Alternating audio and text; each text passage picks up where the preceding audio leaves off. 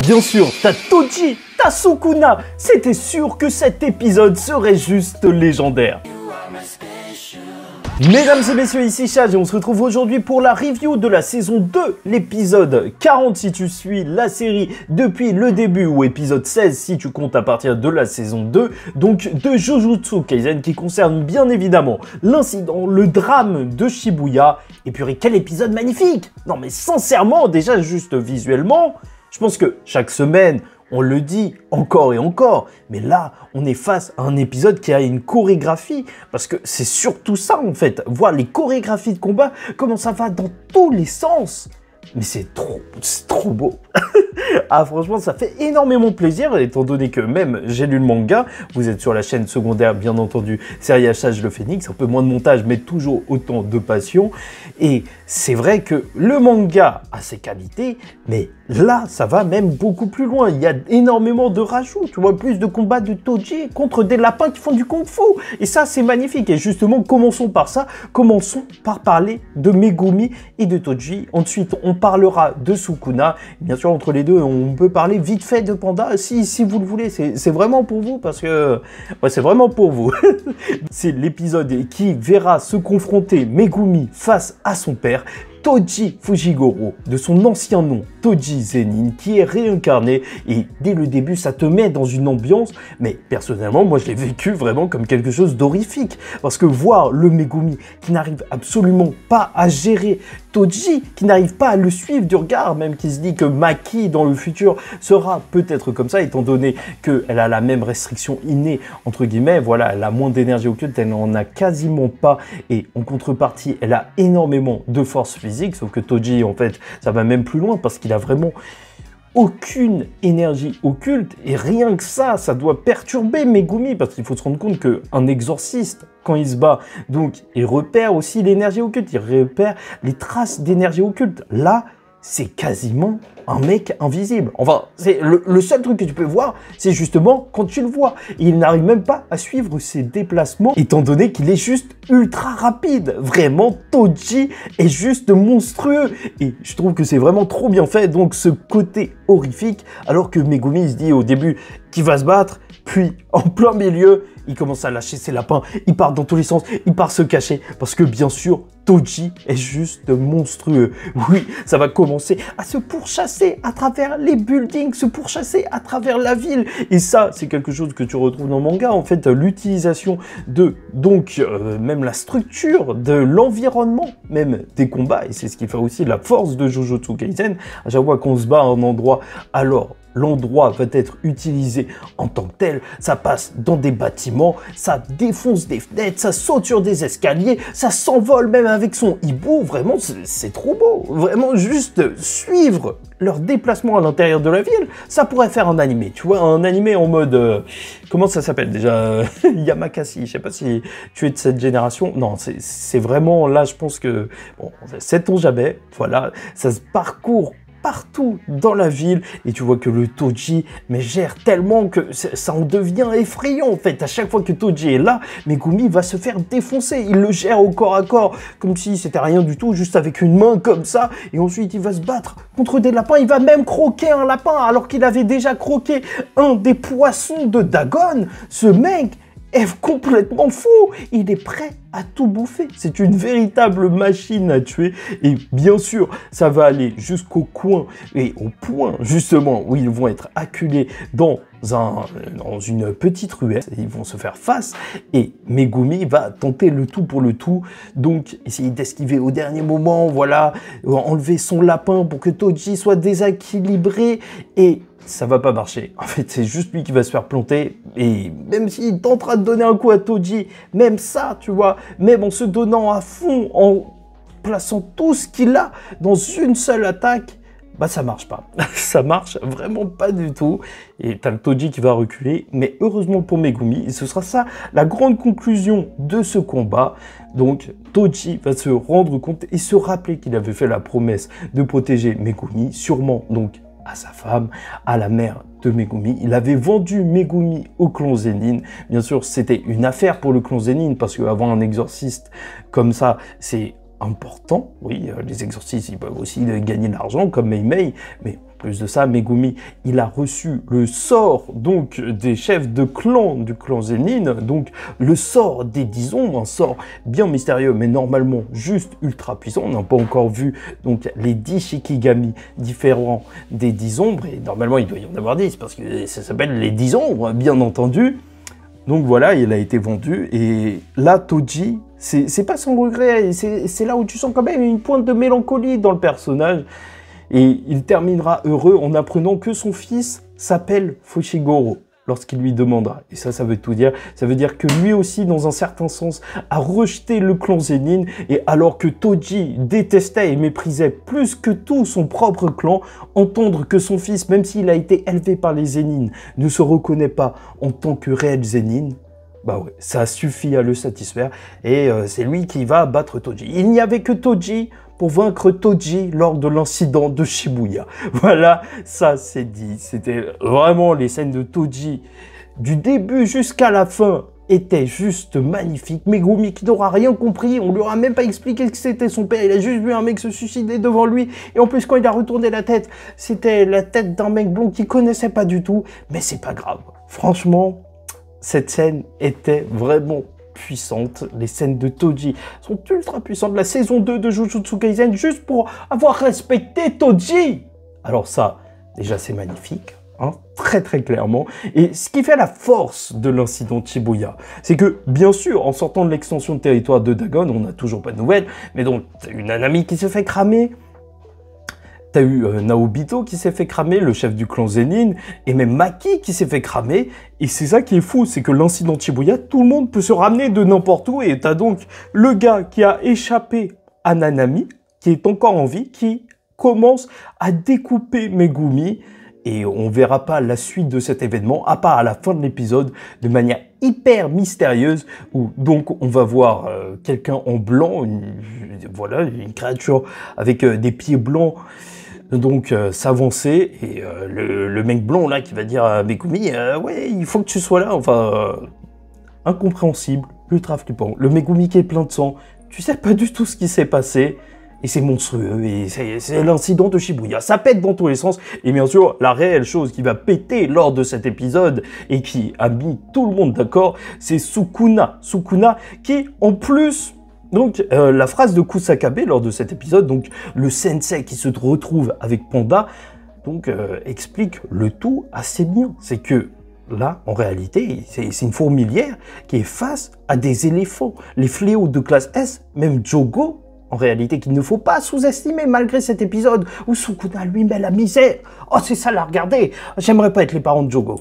Ouais, si j'étais une montagne, je ne regarderais pas cet épisode. Parce que le fléau volcan s'en prend, mais dans tous les sens. Ah, c'est vraiment dur.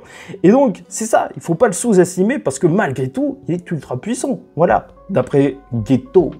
Donc, il faut 8, 9 doigts de Sukuna, ce qui est plutôt énorme, parce que les 4 doigts de Sukuna avaient suffi donc à abattre Megumi à l'époque, au début de la série, avant l'extension de territoire et compagnie. Bref, donc là, il le dira bien que c'est des éléphants, face à eux, juste des fourmis. Il y a un écart juste énorme, en fait, entre ces personnages. Et c'est aussi ça que nous montre l'incident de Shibuya. C'est que il y a des grades, voilà. Il y a des niveaux. Et il y a Sukuna. Et Gojo aussi, tu vois. Et ça fait toute la différence. Ils sont littéralement au-dessus. Et là, lorsque le Sukuna est lâché, mais purée, sa puissance est à la fois terrifiante et magnifique. En plus, ça joue sur les ratios de caméra. Enfin, tu vois que ça se resserre et tout. Ça donne vraiment un côté cinématographique au tout. Et quand tu vois le Sukuna qui commence à tapasser Jogo, c'est facile de se tromper. Hein. Ça va très très vite. De toute façon, tu dis Jogo plusieurs fois, ça fait Gojo, Jogo. Mais là... vraiment pas le sujet de la vidéo. Au passage, n'hésitez pas à liker ou disliker la vidéo, commenter, donner votre avis en commentaire et vous abonner si vous n'êtes pas encore abonné, même si je sais que tous les commentaires vont dire Choc-Bar, épisode incroyable, le poulet était magnifique. Est-ce que les gens parlent encore de poulet de nos jours? Je ne sais pas. Mais bref, donc dire que juste Jogo avait pour seule mission juste de toucher Sukuna et qu'il n'aura pas réussi, et voir tous les effets de flamme qui ont été utilisés, tu vois des mains géantes de feu, des trucs qui, je te l'avoue, n'étaient pas du tout présents dans le manga, mais qui sont juste parfaits en fait, pour retranscrire à quel point Sukuna est grandiose. Il t'est montré vraiment tellement en train de survoler le niveau. Carrément, il demandera aux humains de rester ici juste pour s'amuser, parce qu'il est sadique en plus. Il n'est là que pour jouer. Il est en train de jouer avec Jogo. Il a déjà son propre plan pour revenir à la vie, bien sûr. Et donc, c'est lorsqu'il va y avoir la météorite et ce moment ultra impactant, voilà, il va retenir Kusakabe et Panda, Kusakabe qui essaye de fuir. Et où c'est vrai qu'on a aussi le groupe de Geto qui était présent ici. Pour rappel, eux, en fait, ils n'en veulent pas aux exorcistes. Ce qu'ils veulent, c'est donc se débarrasser des humains, ou en tout cas qu'il y ait que et seulement des exorcistes. Comme ça, on a une maîtrise de l'énergie occulte, ce qui fait que l'énergie occulte ne ressort pas des mauvaises pensées des gens et ça crée pas des fléaux, et c'est donc un monde débarrassé de fléaux. Enfin bref, voilà, ça c'est le groupe à Geto, mais de toute façon on entendra pas trop parler d'eux lors de l'épisode après ça, puisque voilà, Sukuna va lancer son petit jeu où il va demander à tout le monde de partir dès qu'il l'aura décidé, peut-être, je sais même pas pourquoi. Tu vois, ça n'a absolument aucune raison d'être, aucune raison logique, mais purée, il a l'air de s'amuser. Et quand Sukuna s'amuse, bah, on s'amuse aussi tant que c'est pas les persos qu'on aime bien qui meurent. Voilà, c'est ça, tout simplement. Il va se retrouver sur la météorite, et c'est là où, quand même, il y a un gros mystère quant au pouvoir de Sukuna. Parce que jusque-là, le pouvoir de Sukuna, on l'avait vu, qui faisait juste de la découpe, voilà. Et là, il ouvre, enfin, c'est ce qu'il dit, et il y a du feu. Voilà, il fait du feu, il se met au même niveau que Jogo, il utilise les mêmes armes que lui, donc l'humiliation est totale. Oh, c'est mauvais en réalité. On peut se dire, ouais, c'est trop stylé, il a tiré une flèche de feu, c'était ouf. Mais en soi, c'est de l'humiliation, ça se fait pas ce qu'il a fait. Tu te rends compte, Jogo, il était peut-être fier de ses flammes, c'était peut-être son pouvoir. Bah non, Sukuna, il le bat même avec du feu. Franchement, la scène était belle, et c'était quelque chose qui était très attendu, cette scène de feu, parce qu'il y a eu beaucoup de fan animation. Tu peux taper sur YouTube fan animation Sukuna Jogo, et à chaque fois, en fait, c'était très bien réalisé. Le studio Mappa a rendu quelque chose d'extrêmement qualitatif. Enfin, ils ont retravaillé même les trailers où on voyait Sukuna utiliser la flèche de feu. Là, c'est d'autant plus beau, il y a beaucoup plus d'effets de lumière, vraiment. Cet épisode, mais c'est magnifique quand tu vois le Jogo qui avait peur de Sukuna alors qu'il y avait la lune derrière, et même il se moquait de lui, il disait ouais et tout, ça te rend encore plus dramatique, enfin, je sais pas quoi, alors que sa bouche est complètement éclatée. Sukuna l'a maltraité. Ah, c'était vraiment dur. Et donc voilà, il a terminé cramé avec cette petite scène où tu vois que Jogo, il a quand même ce côté assez respectable, c'est que parmi les fléaux, c'est peut-être celui qui aime le plus les fléaux en tant qu'entité. Tu vois, il aimait Anami, il aimait Dagon, et c'est pas pour rien qu'il a supprimé les exorcistes. Voilà, il se considère comme les réels humains. En même temps, ils sont nés des réels sentiments des êtres humains. Voilà, ils sont pas forcément pervertis par d'autres idéaux ou je sais pas quoi, mais là, c'est une toute autre question. Donc, il s'est fait cramer. Fait cramer, on a cette petite scène où Sukuna lui dit ouais, sois fier, tu es fort, mais on sait même pas si c'est réel ou pas, puisque tu vois juste un bout de merguez en feu juste devant Sukuna. Donc vu que ça termine comme ça, que dire à part que Sukuna a l'air d'aimer le combat, aimer donc les challenges. Si c'est réellement ce qu'il a dit à Jogo et que c'est pas dans sa tête, donc que Jogo a entendu ça, alors c'est un combattant qui donc aime le combat, il respecte le combat, et il respecte les gens forts, ça c'est ça, et même il lui aura donné le conseil, et il lui aura dit que ça aurait été mieux, donc qu'il abandonne tout, qu'il brûle tout, qu'il ne pense pas que ouais, l'extension de territoire de Gojo Satoru, ouais, elle allait me bloquer ou je sais pas quoi, juste qu'il y aille à fond, qu'il se rende compte et même qu'il embrasse sa pleine puissance. Et c'est une logique de guerrier un petit peu égoïste, mais en même temps dans Jujutsu Kaisen il y a cette forme d'ego qui revient chez les personnages qui sont au-dessus du lot, que ce soit Gojo Satoru qui, lorsqu'il s'est réveillé après s'être fait percer la tête par Toji, bah au final voilà, il était juste conscient de lui et du monde qui l'entourait, mais il s'en fichait de Rika et compagnie. il a juste terminé Toji pour terminer Toji, mais il était complètement défoncé. Voilà, sur Terre comme au ciel, seul moi mérite d'être honoré. La phrase en référence de Bouddha. Et Sukuna, il a l'air d'être du même marbre, tu vois, du même bois, même. Est-ce qu'ils sont en bois? Ils sont pas en bois, mais quand même, tu vois ce que je veux dire. Voilà, donc il y a cette question d'ego qui revient. Le pouvoir de Sukuna, il est assez mystérieux. Après, il y a des théories comme quoi ça pourrait être lié au fait qu'il pourrait stocker donc des pouvoirs différents, vu qu'il a dit ouverture, donc pour lancer sa flèche de feu. Donc ça se trouve qu'il a plusieurs pouvoirs différents qu'il garde dans des boîtes ou je sais pas quoi, dans ses tatouages. Il y a des théories comme ça, je te laisse aller les voir si ça t'intéresse, mais en tout cas, son pouvoir, on le sait très bien, c'est de découper. Et maintenant, on l'a vu, de faire des flèches de feu, mais on verra qu'il n'est pas totalement seul, puisqu'une personne va le rejoindre. La personne qui était du côté de Geto, même du côté des fléaux dans la saison 1, qui a l'air d'être quelqu'un qui travaillait pour Sukuna, mais ça va s'arrêter là pour leur conversation. Voilà, sachant que Sukuna a dit qu'il voulait bien tuer tous les humains à part une personne. Et normalement, tu fais assez rapidement le lien avec Megumi qui était dans la saison 1. En fait, à chaque fois, Sukuna regardait Megumi un petit peu trop mal. Un petit peu comme Orochimaru quand il regarde Sasuke. Tu vois, le côté où tu sais pas s'il est intéressé par lui. Enfin, tu sais pas dans quel sens il est intéressé par lui. Et c'est là que ça fait le plus peur.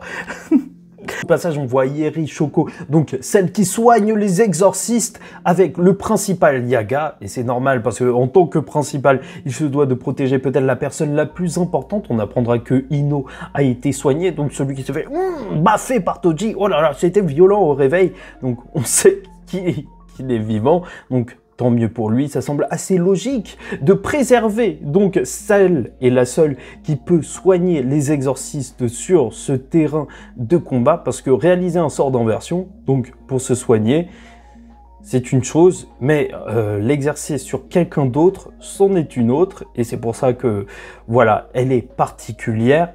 Mais bien sûr, certains diront, et je sais que c'est mauvais, mais dans un sens, on pourrait le comprendre, que le principal Yaga, il dit qu'il doit préserver donc cette meuf, mais ça se trouve qu'il ment. Ouais, ça se trouve qu'il a juste eu peur quand il a vu le gros combat. Parce que, franchement, moi j'aurais dit la même chose. J'aurais dit, non, je dois te protéger, toi, c'est la priorité. Voilà, en soi, épisode juste magnifique. Encore une fois, je suis pas revenu sur chacune des scènes, les coups de poing qu'on fait que Jogo, il a traversé des immeubles et des immeubles, ils se sont envolés. Oui, il y a eu du feu partout, mais l'épisode était magnifique. Sincèrement, cet épisode était fou. Encore une fois, ça va se disputer pour être le meilleur épisode de la série. Déjà, en termes de chorégraphie, je pense qu'on y est peut-être, parce que vraiment, en termes de chorégraphie de combat, c'est beau de voir même juste Toji se battre, déjà rien que ça, tu vois que c'est un niveau au-dessus quand même quand il commence à tabasser tous les lapins et Megumi, donc avec Sukuna en plus, et se déplacer dans une ville tout entière comme terrain de jeu, c'est vrai que ça rend le tout grandiose. C'est grandiose, littéralement. Il y a une météorite qui est tombée. Il y a Sukuna qui s'est assis sur la météorite, qui a dit l'attaque était folle, mais il fallait que ça me touche. Bon, il faut arrêter. Donc voilà, n'hésitez pas à me dire ce que vous avez pensé de l'épisode. Encore une fois, on mange bien avec Jujutsu Kaisen. Et en attendant la semaine prochaine, je vous dis ciao tout le monde. Faites très attention à vous. Profitons de ces semaines de Jujutsu Kaisen saison 2. Et surtout, paix sur vous. My best friend!